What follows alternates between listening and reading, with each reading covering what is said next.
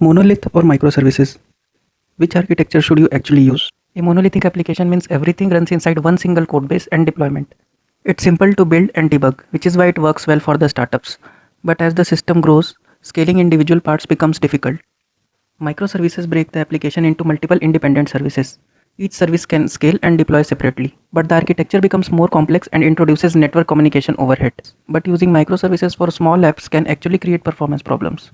In monolithic apps, components communicate through direct function calls, which are very fast, but in microservices, services communicate through network requests, which add latency and can slow down the system. The second problem is too many service calls can slow down the response. In microservices, a single user request can trigger multiple services. For example, an order might call authentication, order, payment, and notification services.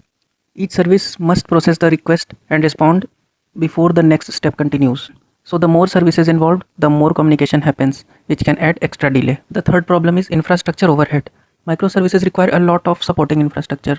You often need containers, service discovery systems, monitoring tools, and orchestration platforms. These tools help manage large distributed systems, but for a small application, this infrastructure can be overkill. Instead of solving business problems, developers spend time managing the infrastructure.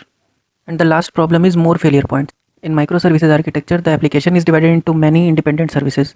If any one service fails, the entire workflow can break.